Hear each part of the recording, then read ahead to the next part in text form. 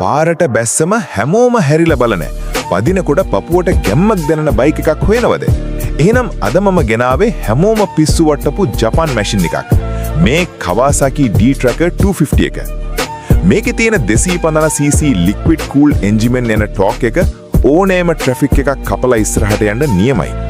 6 speed gearbox එකෙන් දෙන smoothness එකට එක්ක long ride එකක් ගියත් හති නැතුව පදින්න පුළුවන්.